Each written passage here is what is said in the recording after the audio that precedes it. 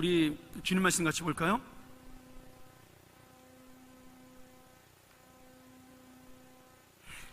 창세기 50장 15절에서 21절입니다.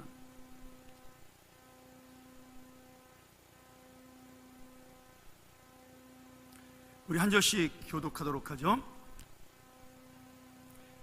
요셉의 형제들이 그 아비가 죽었음을 보고 말하되 요셉이 혹시 우리를 미워하여 우리가 그에게 행한 모든 악을 다 갚지나 아니할까 하고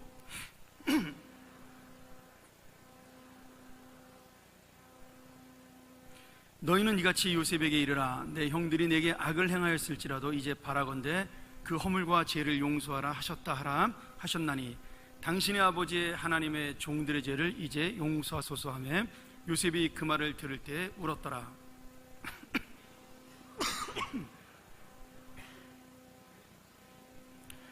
요셉이 그들에게 이르되 두려워 마소서 내가 하나님을 대신하리이까.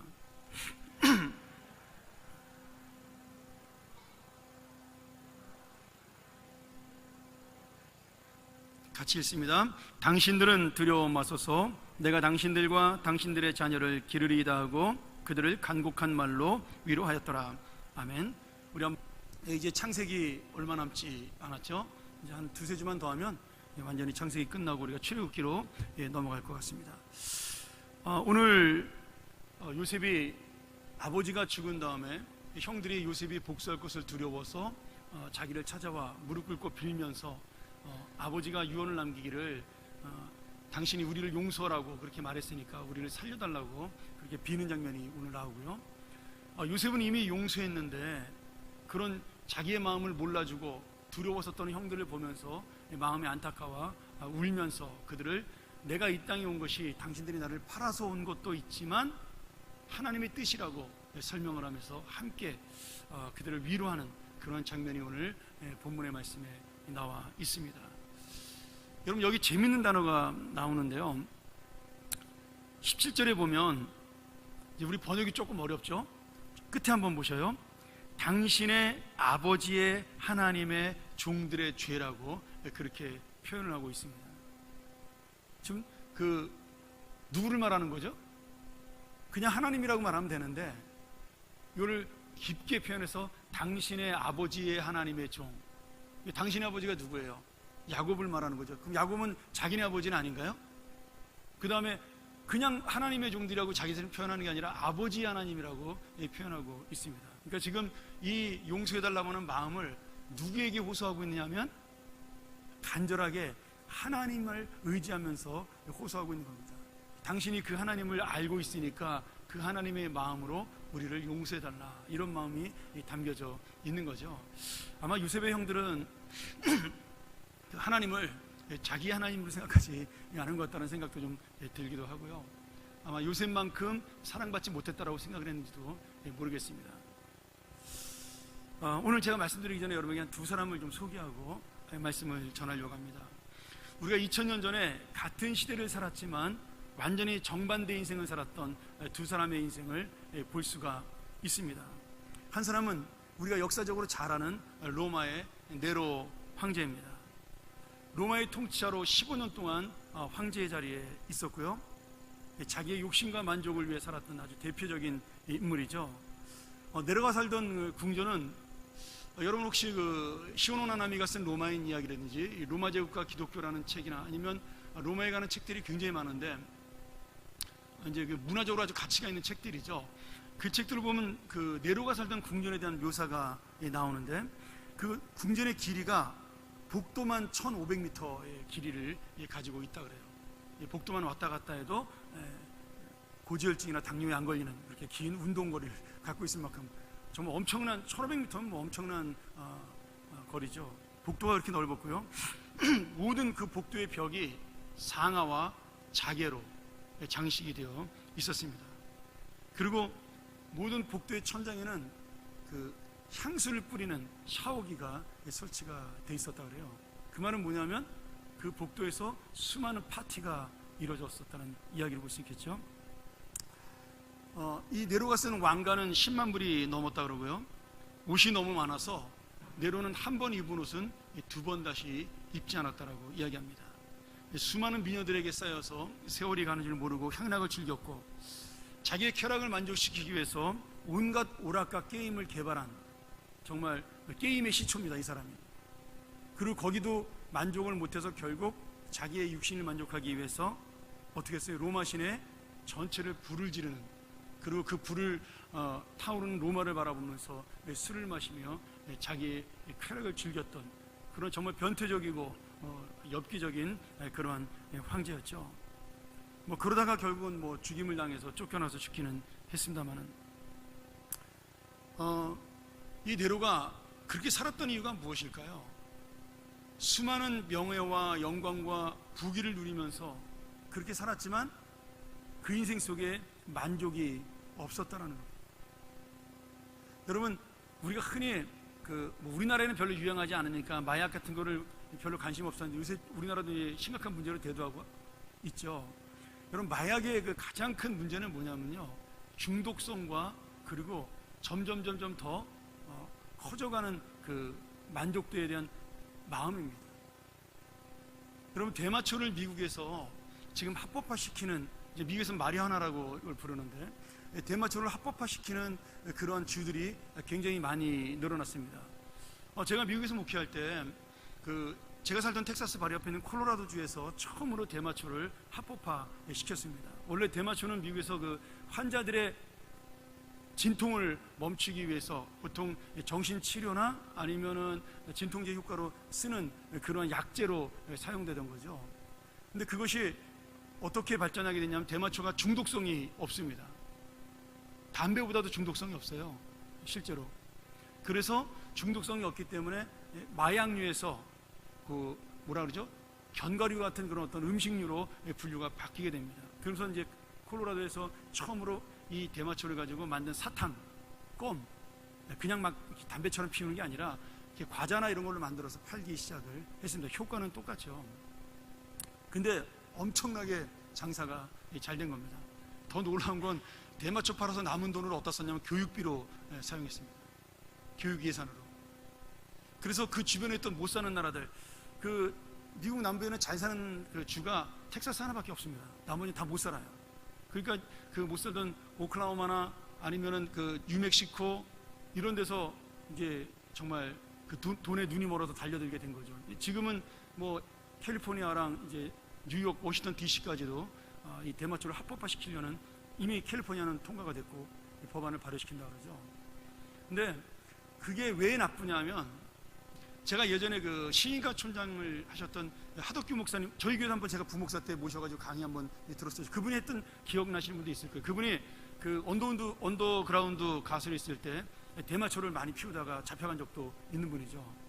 그러면서 그분이 농담으로 그랬죠. 대마초는 강원도산이 제일 좋더라, 이렇게 그때 우리한테 농담 삼아 그러셨는데, 대마초가 나쁜 게 아니라 대마초를 피우면요, 그게 향락을 주니까 그거보다 조금 더 좋은 거를 찾게 된다 그래요. 그래서 시간이 점점 지나면서 좀 더 센 거 그러다 나중에 엑스타시라는 아주 강한, 미국에서도 그거 마시면 죽는 사람도 있는데, 그런 걸로 이제 여러분 영화에서 이렇게 흡입하는 그런 거 있지 않습니까? 이제 그런 걸로 발전하게 된다라는 거죠. 그러니까 쾌락이라는 것이 사실은 단 한 번으로 중요한 것이 아니라 빠지면 더 큰 것을 찾고 더 많은 것을 찾는다 그래요. 근데 그게 여러분 마약뿐만이 아니라 모든 우리 인생의 쾌락이나 만족이 다 똑같습니다.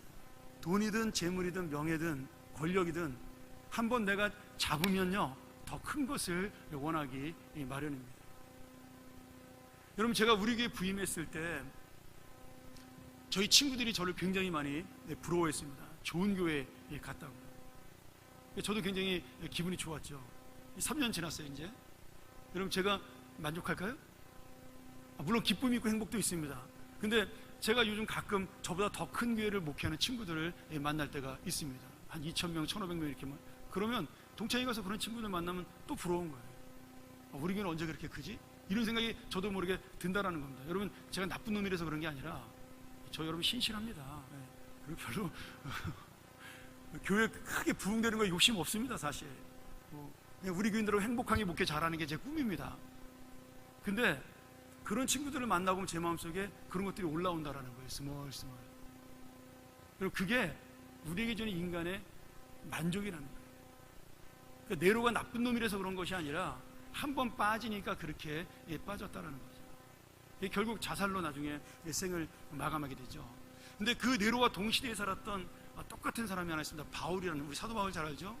사도 바울도 그런 놀라운 쾌락에 빠졌던 사람이죠. 어떤 쾌락이요? 복음을 전하는 쾌락에 빠졌습니다. 복음을 전하는 기쁨에 빠지니까 아무리 힘들고 어려워도 그 복음에 목숨을 걸고, 감옥에 갇혀도 복음을 전하고, 돌에 맞아도 복음을 전하고, 그리고 욕을 먹어도 복음을 전하는, 그리고 결국 그 복음 때문에 나중에 교수형 당해서 죽는 그러한 일을 만나게 되는 거죠. 오늘 여러분, 우리 사람은요, 어디 한 군데 내가 이것이 좋다라고 생각을 하게 되면 거기에 매몰되게 되어 있습니다. 근데 무엇에 내가 만족을 두고 무엇에 내가 빠지느냐, 그것을 결정하는 것은 우리의 믿음입니다. 누구나 네로처럼 될 수 있고요, 누구나 또 바울처럼 살 수도 있다라는 겁니다. 그분들이 특별하기 때문이 아니라 그것이 너무나 좋은 것임을 깨닫는 순간에 그 사람의 인생이 바뀌어지게 되는 겁니다.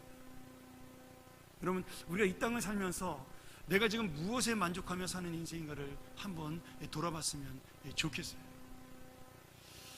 오늘 여러분, 두 사람이 다른 인생을 살았던 가장 근본적인 이유가 무엇입니까? 한 사람은 자기의 인생을 하나님께서 주신 선한 것으로 알고 하나님의 목적이 무엇인지를, 그 목적의 즐거움을 향하여 달려갔다라는 거예요. 한 사람은 그 좋은 왕의 자리에서 내 인생에 왜 이 왕자리가 주어졌을까를 깨닫지 못하고 자기의 만족과 욕심을 위해 달려갔기 때문입니다. 오늘 여러분 똑같습니다. 하나님의 만족을 위하여 달려간 자, 자기의 만족을 위하여 달려간 자. 그런데 그 결과와 열매는 너무나 다르다라는 거죠.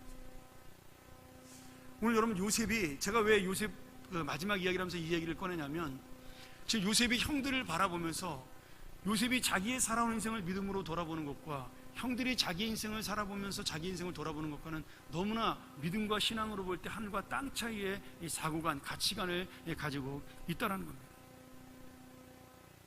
요셉은 형들을 미워할 수밖에 없죠. 자기를 팔고 죽이려고 했고, 그것 때문에 요셉은 15년 가까이를 엄청난 고생을 하면서 감옥에서 노예 생활하면서 정말 말도 못할 힘든 일들을 겪으며 살았습니다. 사실 형들에 대한 원한이 없어졌다, 저는 그렇게 생각하지 않습니다. 형들을 용서해도 형들에 대한 원한이 없어지지는 않는 거죠. 그런데 요셉은 이 모든 것들을 덮을 만큼의 믿음을, 용서하고 잊어버릴 만큼의 믿음을 가졌습니다. 왜 그래요? 바로 이 세상과 인생을 다스리시는 하나님의 섭리, 나를 위해 역사하셨던 하나님의 그 역사와 섭리를 그 마음속에 믿음으로 깨달았기 때문입니다. 지금 요셉과 형제들을 보면서 우리가 어떤 차이를 볼 수가 있어요? 하나님의 뜻을 알면서 살아온 사람, 아니 처음에는 몰랐지만 나중에라도 그 하나님의 목적과 뜻을 알면서 살아온 사람과 그저 그냥 하루하루를 살아온 사람의 차이가 나타난다는 사실이에요. 아무리 내가 입으로 하나님을 믿는다고 고백을 해도 내 인생에 함께 하시는 하나님의 뜻과 의미를 모르고 살아가면 요셉의 형들처럼 불쌍하고 두려우면서 살아갈 수밖에 없는 겁니다. 오늘 여러분, 요셉에게 임한 하나님의 은혜는요, 지금도 우리에게 똑같이 임하고 있습니다. 요셉에게 주었던 하나님의 뜻과 하나님의 인생의 목적도 역시 똑같이 우리에게 주어지고 있다는 겁니다. 자, 제가 두 가지로 이 하나님께서 역사하신 요셉의 인생에 대해서 한번 여러분하고 말씀을 나누도록 하죠. 첫 번째는, 하나님께서는 요셉 한 사람을 만들기 위해서, 그리고 요셉과의 약속을 지키기 위해서 이 세상의 역사를 움직이시는 분입니다. 이것이 여러분 반대로 될 수 있겠죠? 세상 역사를 움직이기 위해서 우리를 사용하신다, 똑같은 의미입니다. 하나님 볼 때는 이 세상 역사를 움직여서 나를 세우는 것이나 나를 세워서 이 세상 역사를 움직이는 것이나 하나님 볼 때는 다른 의미가 아니라는 거예요. 아이, 목사님 말도 안 되는 얘기하지 마세요. 어떻게 나 한 사람을 위해서 세계 역사를 움직입니까? 여러분, 아닙니다. 진짜로 하나님은 그렇게 하십니다. 하나님께서 요셉에게 어릴 때부터 그런 꿈을 심어 주셨어요. 네가 영광스럽고 존귀한 사람이 될 것이다. 요셉이 어렸을 때는 그 영광스럽고 존귀하고 높은 사람이 된다는 것을 자기만을 위해 생각을 했던 거죠. 그리고 나중에 총리가 된 다음에 그것이 왜 나를 이 자리에 세우셨는가를 깨닫게 된, 어릴 때와 나이 들 때의 차이는 그거 하나입니다. 근데 하나님이 이미 어릴 때 꿈을 통해서 요셉에게 그 약속을 해 주신 겁니다. 우리가 믿음의 눈으로 이 요셉의 인생을 보지 않고 그냥 사람의 시각으로 보면 요셉은 젊었을 때 고생하다가 정말 행운아처럼 국무총리가 되는 그런 은혜를 만난 사람이라고 생각이 들죠. 여러분, 성경에 보면 요셉이 총리가 되려고 노력하지 않았습니다. 그가 노력한 것은 뭐였어요? 누명을 벗고 감옥에서 풀려나는 자유인이 되는 게 그의 꿈이었습니다. 근데 하나님은 요셉의 꿈을 넘어서 그 요셉의 마음속에 잊어버리고 있었던, 어렸을 때 내가 너를 영광스럽고 존귀한 사람으로 만들어주겠다는 그 약속을 하나님은 어느샌가 요셉에게 지키시게 된 거죠. 오늘 여러분, 믿음의 눈으로 요셉의 인생을 바라보면 요셉이 이 이집트 땅에 와서 좋은 날을 만났던 나쁜 날을 만났던 그 하루하루가 다 하나님께서 요셉의 인생을 위해서 준비해 놓으신 그러한 날들입니다. 만나는 사람이 좋은 사람이든 나쁜 사람이든 요셉을 위해서 움직인 이 사람들이에요. 요셉을 모함했던 보디발의 아내도 결국은 그 모함 때문에 감옥에 가게 되었고, 감옥에 간 것이 왕을 만나는 어떤 계기와 통로가 되지 않았습니까? 결국 나쁜 사람을 만났던 좋은 사람을 만났던, 그때는 내가 힘들고 어렵고 하나님의 뜻을 몰랐지만 시간이 지나서 보면 모든 것을 하나님의 뜻대로 이루기 위한 하나님의 선한 역사로 우리가 이해할 수가 있다라는 거죠. 이렇게 보면 그 당시 그 중동에 일어났던 그 7년의 풍년과 7년의 흉년의 그 역사, 날씨와 가뭄도 풍년도, 이 세상 모든 그런 돌아가는 것도 요셉을 위해서 준비된 하나님의 계획입니다.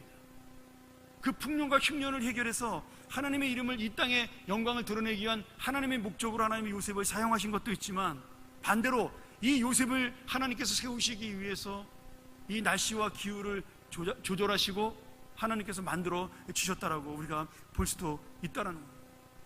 이 모든 것들이 다 모여서 때가 되었을 때 하나님의 섭리와 하나님의 역사는 이루어지게 되는 거죠. 여러분, 놀랍지 않습니까? 사람들이 볼 때는 아무것도 아닌데 지금 우리 한 사람을 위해서 이 세상의 역사 또는 세상 전체가 나 한 사람을 위해 움직이게 만들어 주시는 겁니다. 우리가 그렇게 놀라운 지금 하나님의 사랑을 받은 사람이고 능력을 받은 하나님의 역사의 주인공이라는 겁니다. 하나님께서 원하시는 올바른 뜻이라면요, 여기는 반드시 그게 붙어 있습니다. 올바른 뜻, 그리고 그것을 통해 선하게 이루어지는 결과와 열매, 그것이 있다면 하나님은 우리 한 사람을 위해 이 세상을 바꾸실 수가 있는 겁니다. 법률도 바꾸고요, 지도자도 바꾸고요, 세상의 역사도 바꿀 수 있다는 거죠. 주님은 실제로 우리를 위해 지금도 이렇게 일하고 계시는 겁니다. 이런 하나님의 역사는 우리도 모르는 사이에 날마다 일어납니다. 어떤 때는 내 집을 허무는 그런 어려움과 아픔을 통해서, 내 마음을 허무는 그런 고통을 통해서 나를 힘들게 하지만, 어느샌가 마치 재개발되어진 그 동네처럼 그 허물었을 때의 아픔이 지나서 시간이 지나고 나면 아름다운 새 집이 완성되는 것처럼 하나님께서는 나에게 그 큰 뜻을 이루기 위해 모든 고통과 역경이 지나고 나면 내가 이제 하나님의 은혜로 모든 것이 선으로 바뀌었다라는 고백을 할 수 있도록 만들어 주시는 겁니다. 그래서 예수를 믿으면서도 하나님께서 우리를 좋은 길로 인도하신다는 사실을 모르는 사람은요, 어려운 일을 만나면 만날수록 이스라엘 백성처럼 불평하고 원망합니다. 근데 하나님의 뜻을 아는 사람은요, 이런 일을 만나면 만날수록 하나님에 대한 기대감과 소망을 갖게 됩니다. 이 일을 통해 나에게 이루실 것이 무엇일까? 사실 그런 마음 갖기는 쉽지 않죠. 요셉도 그랬습니다. 우리가 지난번 시편 통해서 봤잖아요. 내가 하나님의 뜻대로 살았는데 왜 이런 꼴을 당해야 됩니까? 노예로 잡혀온 것도 부족해서 감옥에까지 갇혀야 합니까? 이것이 요셉의 마음이었어요. 하지만 하나님의 선한 뜻을 믿었던 요셉은 잠깐은 이렇게 실망했지만 결코 절망하거나 낙심하지 않았습니다. 이것이 주님의 약속을 믿는 믿음입니다. 우리의 인생 속에도 정말 어느 순간에 내가 힘들고 어려운 날이 있습니다. 내 마음이 무너지는 날이 있고요, 내 생각이 정말 너무나 허망하게 없어지는 날이 있고요, 실망하는 날이 있고, 사람에 대해서 낙심하고 절망하는 날도 있습니다. 그런데 하나님께서는 그 모든 것들을 이용해서 하나님의 선함으로 바꿔주실 날이 온다라는 거예요. 제가 34살인가요? 그때 성대 결절 수술을 받은 적이 있습니다. 그때 제가 지난번에 엑스레이 찍어봤더니 그 의사가 너무 많이 잘라내가지고 지금도 내가 약간 이렇게 성대가 이렇게 벌어져 있더라고요. 너무, 그때 엑스레이 찍은 의사가 너무 많이 잘랐다 이렇게 얘기를 했는데, 제가 목신 소리가 더 심한 것도 아마 그런 원인이 있을 거라고 그렇게 이야기하더라고요. 그때 목에 혹이 이렇게 크게 났습니다. 그래서 말을 많이 하면 아프고, 그리고 항상 지금보다, 원래 제가 좀 허스키하기도 했지만 훨씬 더 목이 쉬어서 말도 못, 노래 한 곡도 제대로 못 부를 정도로 힘든 그런 성대 결절을 겪은 적이 있습니다. 병원에 갔더니 주로 말을 많이 하는 선생님이나 노래하는 가수, 그리고 설교 많이 하는 목사님들이 이 병에 걸린다고 그렇게 이야기를 하더라고요. 근데 그 의사 선생님이 저에게 수술하는 방법이 두 가지가 있다. 하나는 레이저로 잘라내는 것이고, 하나는 그 수술용 칼로 잘라내는 건데, 나는 그 혹이 생각보다 크지 않으니까 그냥 일반 수술용 칼로 잘라내도 괜찮다라고 이렇게 말씀을 하셨습니다. 서울대병원에 제가 이제 수술하게 됐는데, 그때 마취라고 수술실로 들어갔는데 제 평생에 병원에 입원한 게 그게 처음이었습니다. 겁나잖아요. 목사도 수술 받을 때 겁나더라고요. 전신 마취라고 제가 이제 그 목 수술은 눕는 게 아니라 이렇게 의자에 앉아가지고 뒤로 고개를 제껴 수술하는데, 의사 선생님이 그러는 거예요. 딱 15분 만에 끝나니까 한숨 자고 일어나면 된다. 그리고 저한테 이제 마취라고 하나, 둘, 셋, 넷, 다섯, 여섯 하는데 제가 잠이 들었습니다. 딱 일어났더니 아무 일도 없던 것처럼 병실에서 제가 눈을 뜨게 됐어요. 그리고 목이 시원하더라고요. 그리고 나중에 선생님이 농담으로 와가지고 저한테, 우리 한번 사진으로 보여드릴까요? 그 수술용 칼을 저한테 하나 이렇게 보여주면서 이걸로 내가 수술했다고 이야기를 하시더라고요. 저거랑 비슷했던 것 같아요. 그 칼은 아니고. 근데 제가 그때 그 생각을 했어요. 여러분, 환자가 수술할 때 의사의 칼을 두려워하지 않고 우리가 그 칼에 내 몸을 맡기는 이유는 무엇입니까? 그 칼이 나를 잠깐은 고통스럽게 하지만 그 칼이 결국은 나를 죽이는 칼이 아니라 살리는 칼이라고 믿기 때문입니다.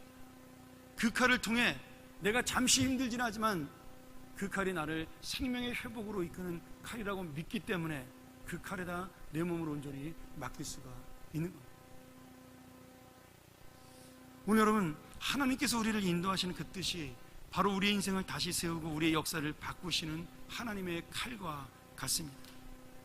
하나님의 칼을 보면 두렵기도 하고 떨리기도 합니다. 그리고 그 칼이 내 인생을 해부하면 아프기도 하고요, 어떤 때는 그것 때문에 상처가 나기도 하고, 어떨 때는 힘이 들기도 하죠. 그러나 그 하나님의 칼은 내 인생의 모든 더럽고 나쁜 것들을 잘라내고 돌아보면 나를 살리고 나를 회복시키고 나를 치료했던 그러한 인생의 기막힌 은혜의 칼이었다라는 사실입니다. 제가 미국에서 똑같이 맹장 수술을 받은 적이 있습니다. 그때 의사가 저한테, 제가 그때는 지금보다 많이 말랐었습니다. 40대 초반이었으니까 의사가 저한테 그러더라고요. 패스터, 너 몸이 빼트하지 않아서 살이 안 쪄서 수술하기 좋다. 농담으로 저한테 그러더라고요. 우리 교회 집사님 친구였거든요, 그 수술하던 의사가요. 이제 제가 수술실에 들어와가지고 긴장하고 있으니까 이제 농담 삼아 그렇게 얘기를 하더라고요. 저는 살찌면 수술하기가 힘든 그때 처음 알았습니다. 이게 자꾸 갈라야 되니까 오래 걸린다 그래요, 그 비계가 많은 사람들은. 저도 그때 그 소리 듣고 한참 웃었었는데, 정말 그러면서 그 칼이 얼마나 잘 되는 칼인지 제가 알게 됐죠. 여러분, 하나님의 칼은요 정말로 잘 되는 칼입니다. 내 인생을요 정말 순식간에, 어떤 때는 난도질할 수 있고요, 어떨 때는 베어버리는 이 칼인 거죠. 그런데 그 칼이 수술이 끝나고 나면 나를 회복시키는 칼이라는 거예요.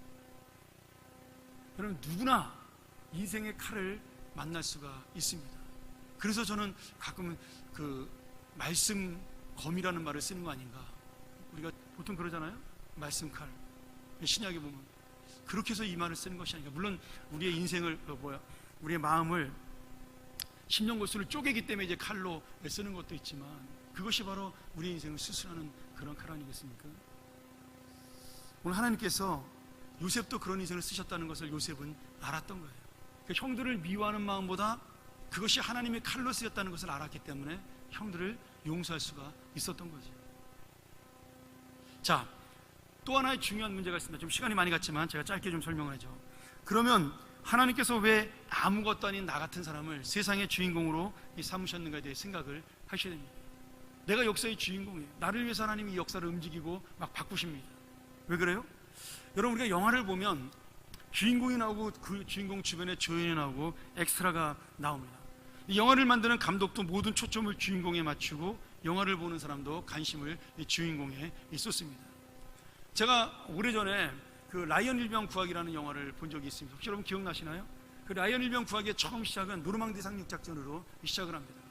그 노르망디 상륙작전하는 많은 그 미국의 연합군들이 그 쳐들어갈 때 위에서 그 독일군들이 기관포를 쏘는데 정말 잔인하게 막 사람들이 쓰러지는 장면들이 나오죠.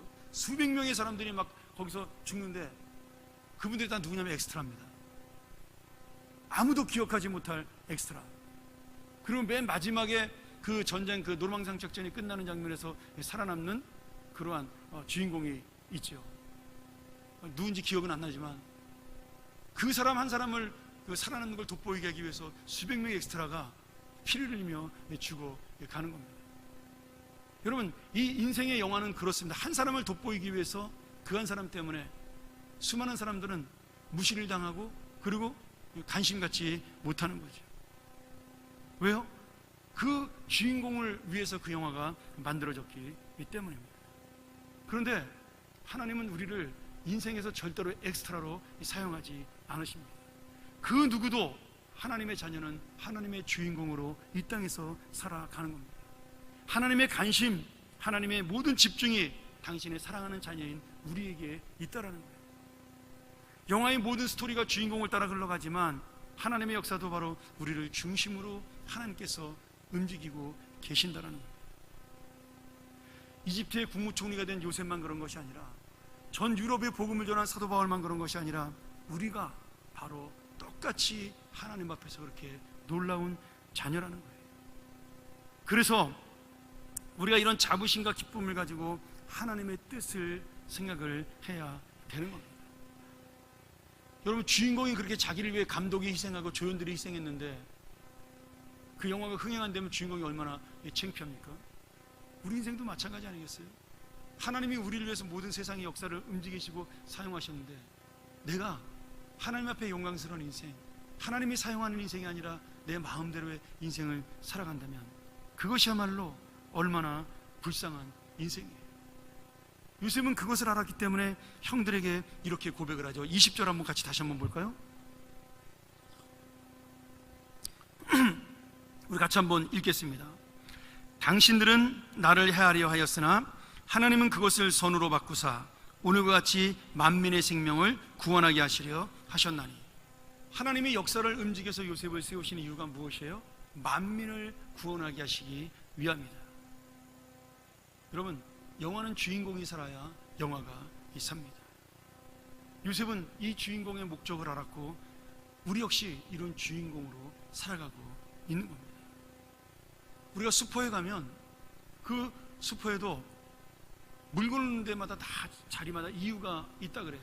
마케팅 담당자들이 어느 눈높이에 무엇을 넣어야 잘 팔린다는 걸 알고 연구해서 놓는 거죠. 우리가 그 계산하는 그 캐시어의 현금 계산대 앞에 가면 거기에 초콜릿이나 껌이나 건전지나 이런 것들이 어느 우리가 슈퍼에 가도 놓여 있습니다. 그리고 사람들이 흔히 지나갈 수 있는 그 간단한 그 캔 음료나 아니면 그날 이벤트하는 과자, 우리나라 같은 경우는 과자를 많이 올려놓더라고요. 올려놓습니다.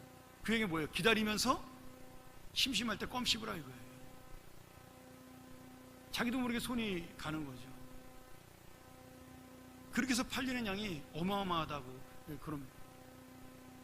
여러분, 슈퍼의 물건만 그런 것이 아닙니다. 세상에 보잘것없는 풀 한 포기도 그냥 심어진 것이 아니라 하나님의 큰 뜻으로 창조되어 살아가고 있습니다. 우리가 흔히 그렇게 이야기하잖아요. 들풀도 하나님이 입히신다. 공중나는 새를 보라, 하나님께서 먹이신다. 들에 피는 백합화를 봐라, 하나님이 입히신다. 여러분, 그런 들에 피는 백합화, 공중나는 새, 슈퍼에 있는 물건 하나도 그냥 놓여진 것이 없다면 내 인생이 놓여진 이 자리가 그냥 의미 없이 놓여진 자리가 아니라는 겁니다. 그것이 바로 오늘 우리가 받는 직분의 자리고 사명의 자리고, 그리고 내가 살아갈 이 인생의 하나 계신 하나님의 자녀의 이 자리입니다. 특별히 우리 이번에 임직 받으시는 분들 이 말씀 놓치지 않았으면 좋겠어요. 여러분이 왜 그 자리에 있는 것입니다. 그래서 그리스도인들은 좀 넓고 깊게 살아야 됩니다. 내 감정과 내 기쁨과 내 욕심을 넘어 이 하나님의 목적과 하나님의 인생을 바라볼 수 있는 넓은 눈을 가져야 됩니다. 여러분, 사람들은 악하고 욕심이 많고 자기중심이기 때문에요, 아무리 합리적인 이유와 명분을 갖다 붙이고 어떤 사상을 갖다 붙이고 어떤 이념을 갖다 붙여도 결국 거기는 뭐가 있어요? 내 만족, 내 욕심, 내가 원하는 것을 이루고 싶은 겁니다. 아니, 처음에는 그렇게 시작 안 하더라도 모든 사람이 다 변합니다. 그것이 우리 인간의 마음이에요. 그래서 내가 어디에 있든지 무엇을 하든지 이 하나님의 뜻과 목적을 이루는 아름다운 삶이 무엇인지를 고민해야 됩니다. 내가 잘 살아서 높은 자리에 있는 것이 아니라 하나님께서 사랑하는 자녀로 만들어 주셨기 때문에 우리가 그 자리에 있다는 사실을 깨달아야 하는 거죠. 요셉은 그래서 총리의 자리보다, 개인의 복수의 자리보다, 자기의 영광의 자리보다 이 하나님의 뜻과 목적을 이루는 하나님의 주인공으로 이 땅을 살아갈 수가 있었습니다. 사랑하는 여러분, 우리 모두가 다 주인공으로 이미 살아가고 있는 인생입니다. 내가 어느 자리에 있든지 그 자리가 바로 하나님이 사랑하는 자리입니다. 그리고 나에게 하나님께 주시는 사명이 있습니다. 네가 그곳에서 무엇을 하겠느냐? 네가 지금 하고 있는 말과 행동과 삶이 영혼을 살리는 삶이냐, 아니면 너의 감정을 채우는 삶이냐? 하나님의 나라를 세우는 삶이냐, 아니면 너의 만족과 욕심을 채우는 삶이냐? 여러분, 우리 그리스도인들은 아무것도 생각할 필요가 없어요. 나의 삶을 통하여 하나님의 영혼이 사느냐, 하나님의 영혼이 기쁨을 얻느냐, 하나님의 나라가 이것 때문에 세워질 것이냐, 여러분, 그러면 내 삶이 옳은 삶인지 아니면 지금 틀린 삶인지 바로 증명이 되는 겁니다. 뭐 다른 거 생각할 필요가 없습니다. 여러분, 요셉 때문에 형들이 살고 가족이 살고, 그리고 수많은 중동의 애굽의 민족들, 이집트 사람들, 그리고 수많은 중동의 국가들의 그 사람들이 살았다라는 거예요. 그 하나가 요셉의 인생을 증명해주고 있는 겁니다. 오늘 우리 안에 있는 모든 것들, 정말 하나님께 나를 왜 주인공으로 쓰시는가를 다시 한번 이 말씀을 통하여 깨닫고, 특별히 내가 가르치는 우리 교사들 잘 명심하셔야 됩니다. 이 아이들이 인생의 주인공이라는 거예요. 하나님이 세우신 주인공입니다. 아무것도 아닌 아이들 같지만 정말 하나님이 세우신 사람들이라는 거예요. 저 단 한 번도 주일학교 다니면서 주목받지 못했습니다. 왜요? 너무 제가 부끄러움도 많이 탔고, 지금이야 좀 많이 변했지만 남 앞에 나서는 것도 원하지도 못했고, 앞에 나서고 서면 얼굴도 빨개져서 아무것도 못했기 때문에 한 번도 주목받는 인생을 살아본 적이 없어요, 어린 시절에. 근데 하나님이 어느 순간에 말씀을 전한 자의 자리에 세우시더라는 거죠. 여러분, 누구나 다 마찬가지입니다. 내가 지금 가르치는 이 아이가 철이 없고 아무것도 아닌 아이처럼 보여도 하나님이 어느 순간에 이 아이를 하나님의 사람으로, 하나님의 역사의 주인공으로 만들 수가 있다라는 거예요. 여러분 한 사람의 인생 속에 그 아이의 인생이, 여러분이 지금 하나님의 영화를, 인생의 영화를 찍고 있다는 거, 그 아이를 위해서 여러분이 감독일 수도 있다라는 겁니다. 그래서 우리가 정말 나 역시도 주인공이지만 내 사랑하는 자녀들, 내 모든 가르치는 아이들이 이 땅에서 하나님의 주인공으로 하나님의 그 뜻을 이루는, 하나님의 목적을 이루는 그런 귀한 삶이 되기를 주님의 이름으로 간절히 축원합니다. 우리가 저번에 시간 이 말씀 가지고 기도했으면 좋겠습니다.